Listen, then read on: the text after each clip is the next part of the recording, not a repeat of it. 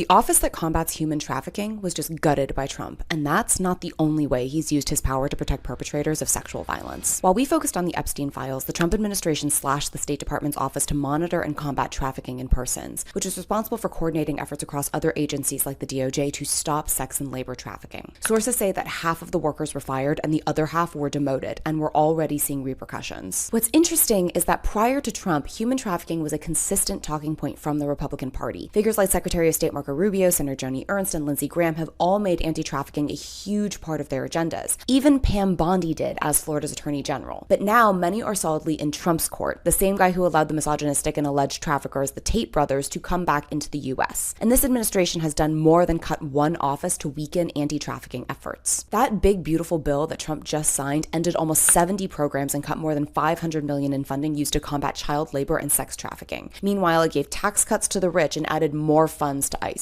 The same ICE that makes it harder for people to report sex and labor trafficking. Under Trump and Homan, survivors are not only more afraid to report their perpetrators because they could be deported, but new ICE directives also weaken protections for survivors in general. This means that survivors are less likely to apply for visas because their information will be in government systems. A new analysis shows that visas for survivors of human trafficking who cooperate with law enforcement are also being issued at record lows. Epstein files might be the gateway to recognizing that the Trump administration is launching a systemic attack on stopping human trafficking.